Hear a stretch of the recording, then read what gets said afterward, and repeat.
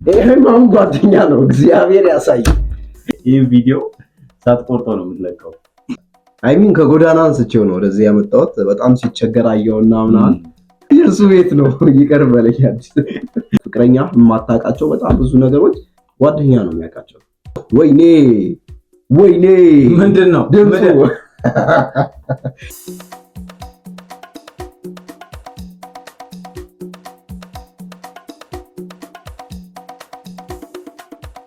ታራ ጀመርክ እንዴ?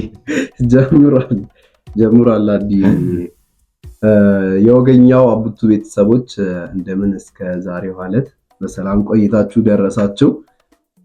በድጋሚ ተገናኝተናል። በስንተኛ ቪዲዮአችን? በሁለተኛ ቪዲዮአችን ባለፈው ቁም ነገር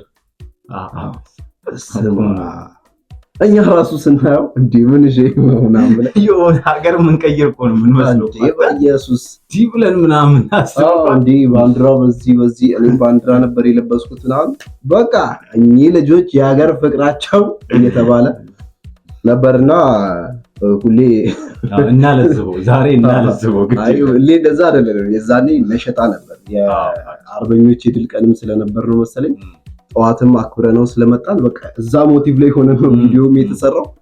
በቃ እዚህ ያለ ማለት ነው። ወላ ራሳችንን አላስተዋወቅንም።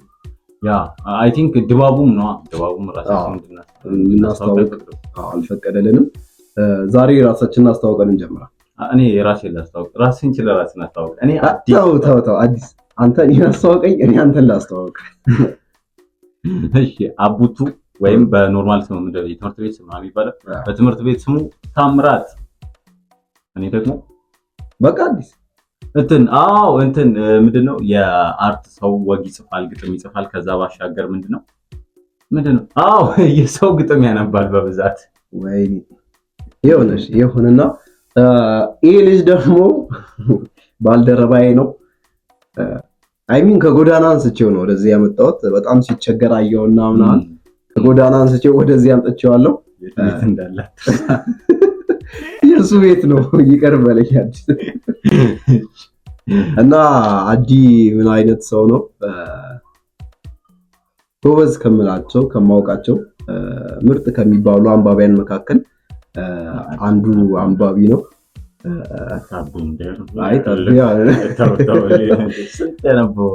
አይ በቃ እኔ ከማውቀው አንፃር ነው አመልክ እንጂ በጣም ብዙ ጎበዝ አንባቢያን አሉ።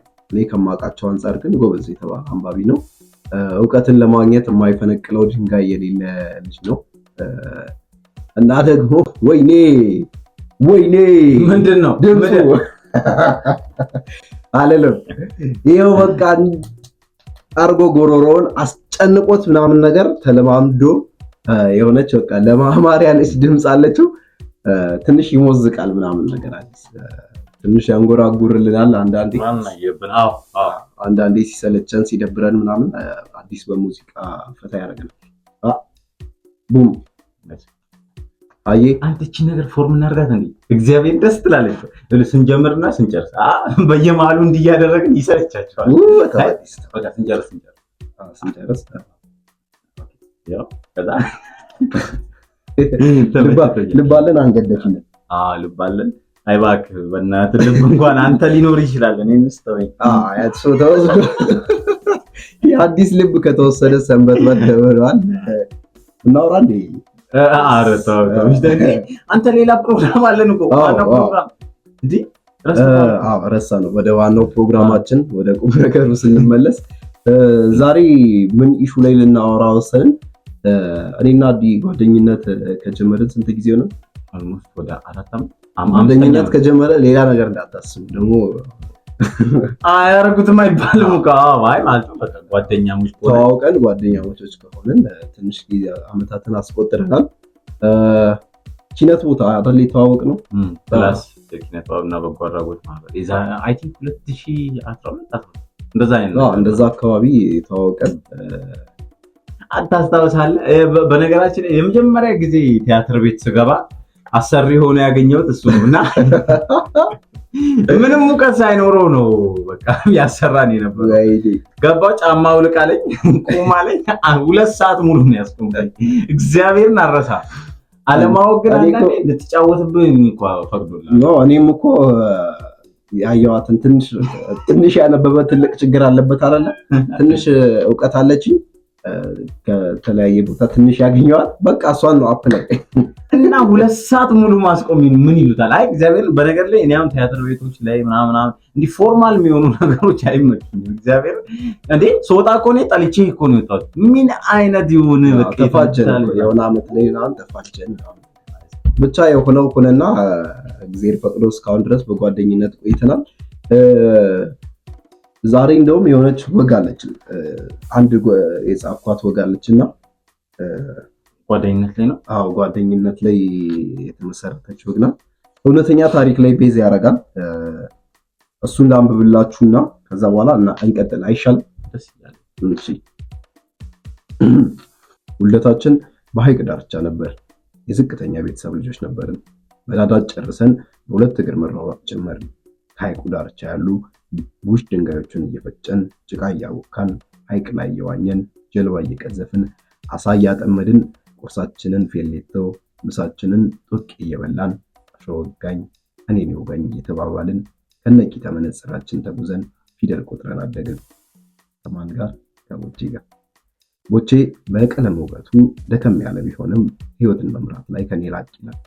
የመጀመሪያ ደረጃ ትምህርታችንን በሐይቅ ዳር ትምህርት ቤት ጨርሰን የ8ኛ ክፍል ክልል አቀፍ ማጠቃለያ ፈተና ወሰድን። ውጤት ለቦቼ ሳይመጣለት ቀረ። ከዛ ወዲህ ከእናቱ ጋር የአሳ ንግዱን ሊገፋበት እንደወሰነ አሳወቀኝ። የተላፋንባቸው መንገዶች፣ ተቃቅፈን ያቀናናቸው ስፍራዎች ብቻዬን ልጓዛቸው እንደሆነ ትውስ ብሎኝ እንባ ተናነቀኝ። በእጆቹ ጥብቅ አድርጎ አቀፈኝ። እንባዬ ያለ ገደብ ይፈስ ጀመር። ትከሻውን አለበልኩት።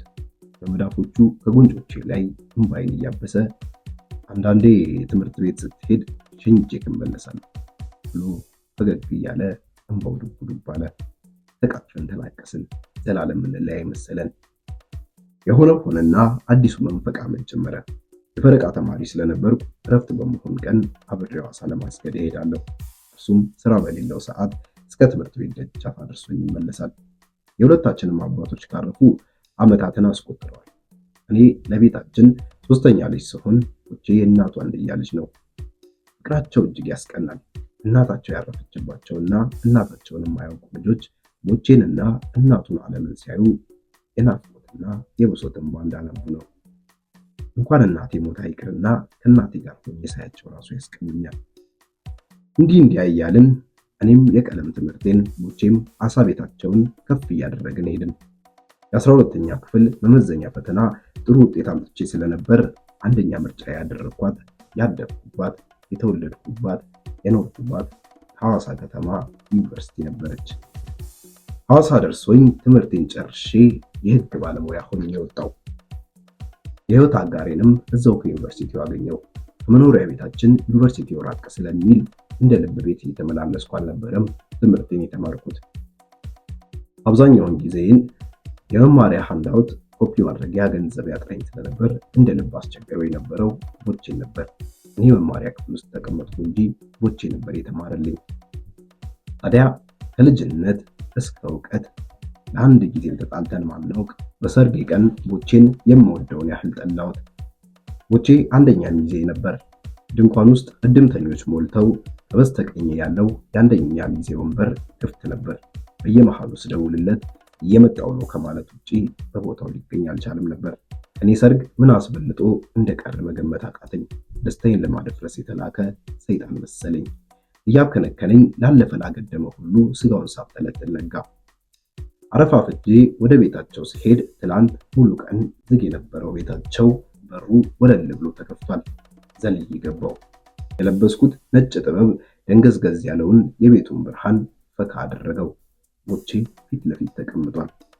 እንደገባው አይኖቼን እያየ ከንፈሩ እየተንቀጠቀጠ አቡቱ ዓለሜ ሄደች፣ ከሰርግ እሷ ቀደመች ብሎ ከፊቱ የተገነዘውን አስክሬን በግንባሩ ደፍት ብሎበት ተንሰቀሰቀ። እኔ ለሰርጌ ልብስ ልቀይር ገላዬን ስታጠብ ቦቼ የእናቱን የቀዘቀዘ ገላ ሲያጥብ፣ እኔ ልብስ ስለብስ ቦቼ እናቱን አቡጀዲ ሲያለብስ፣ የኔ ሰርግ እንዳይረበሽ የእናቱን ሞት መደበቁን አየሁ።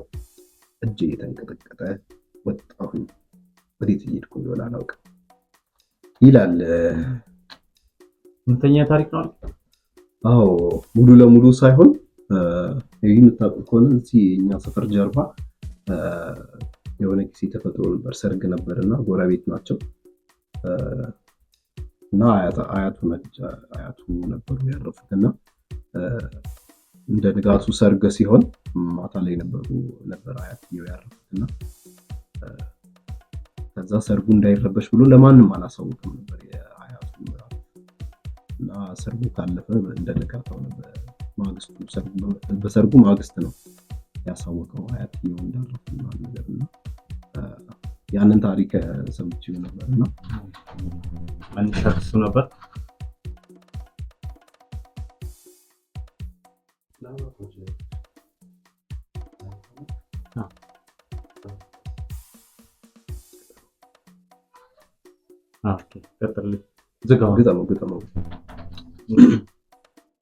እና ያን ታሪክ አውቀው ስለነበር እዛ ላይ ቤዛ አድርጌ ነው የጻፈው እና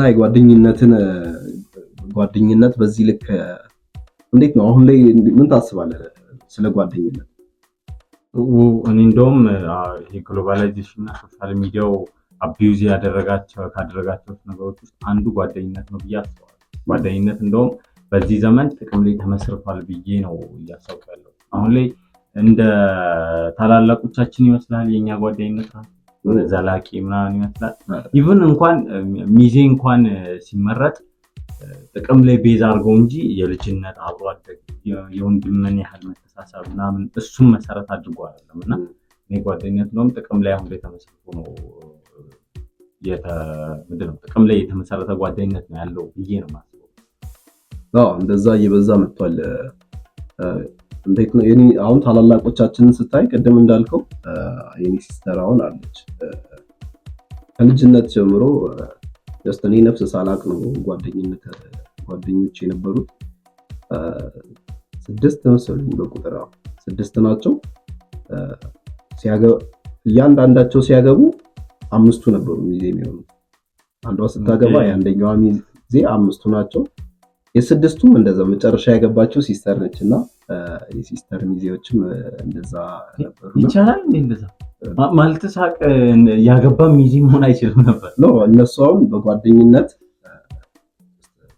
በቃ እንዴት ብዬ ልንገር ፈልገውታል። ምን የተጻፈ ህግም አይደለም አክቹሊ ሚዜ ያገባ ያላገባ ምናምን ነገር የለም።